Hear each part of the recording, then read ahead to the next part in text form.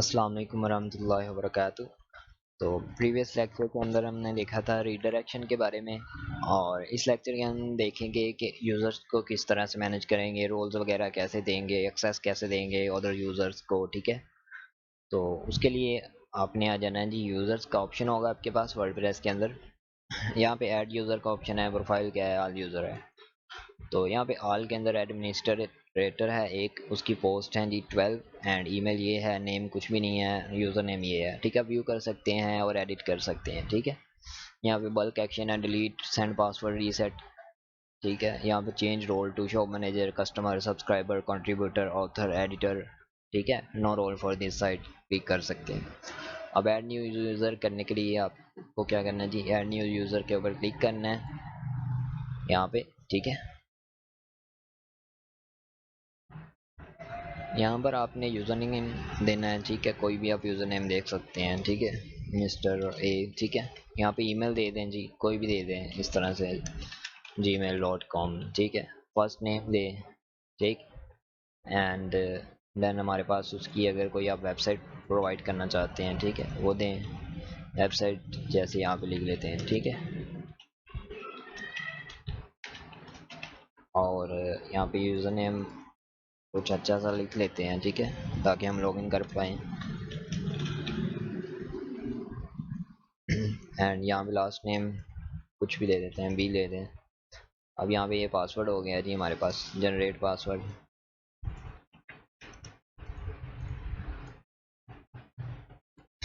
And send the user an email about their account. ठीक है, role क्या है जी, सब्सक्राइबर क्या है, तो यहाँ पे सब्सक्राइबर है। यहाँ पे अब हम कर देते हैं जी ऐड न्यू यूज़र। यहाँ पे क्लिक करेंगे ऐड यूज़र।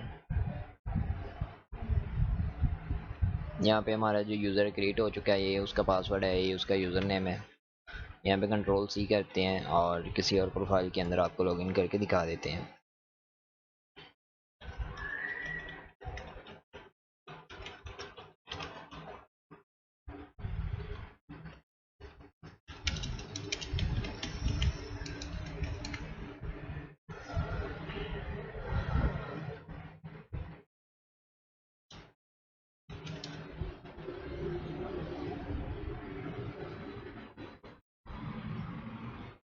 यहाँ पे इसका हमने पासवर्ड दे दिया। देन हमारे पास ये है यूज़र नेम, तो ये यूज़र नेम आ गया, कॉपी किया, यहाँ पे यूज़र नेम दे दिया, यहाँ पे पासवर्ड आ गया, पेस्ट किया, लॉगिन किया।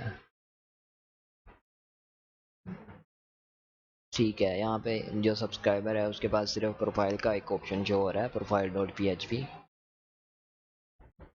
तो वो अपनी प्रोफाइल के अंदर पासवर्ड चेंज कर सकता है। ठीक है, निकनेम चेंज कर सकता है, डिस्प्ले नेम एज, ठीक है, चेंज कर सकता है, ईमेल वगैरह है।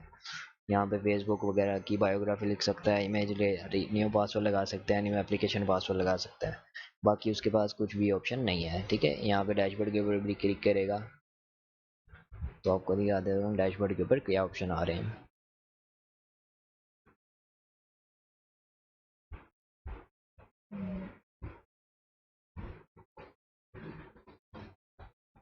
डैशबोर्ड के ऊपर आ रहा है जी, recently edit, product engineering, firewall advance, home copy है। ठीक है, और यहाँ पे हमारे पास उसके पास आ रहा है जी वर्डप्रेस इवेंट्स एंड न्यूज़ है। ठीक है, यहाँ पे ये उसका डैशबोर्ड आ रहा है। यहाँ पे ये होम उसके पास आ रहा है इस तरह से।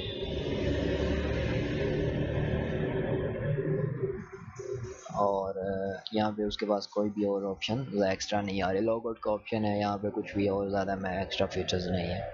तो ये सब्सक्राइबर की एक्सेस है। ठीक है, ये तो इस तरह से आप इजीली किसी भी अपने यूज़र को एक्सेस वगैरह दे सकते हैं, ऐप्स को नेवर करते हैं, यूज़र को डिलीट कर सकते हैं, व्यू कर सकते हैं, एडिट कर सकते हैं यहाँ से इजीली। इसने कितनी पोस्ट की हैं यहाँ से देख सकते हैं। ठीक है, अब इसको डिलीट कर देते हैं, यहाँ से इजीली डिलीट हो जाएगा। डिलीट के ऊपर क्लिक करें, कंफर्मेशन मांगेगा आपसे। ठीक है, कंफर्म करें, आईडी नंबर 2 है। ठीक है, यूज़र नेम ये है। यहाँ पे अब इसका जो, अगर आप ये रिफ़्रेश करेगा तो इसका अकाउंट डिलीट हो चुका होगा, जैसे अभी मैं करके दिखा देता हूँ।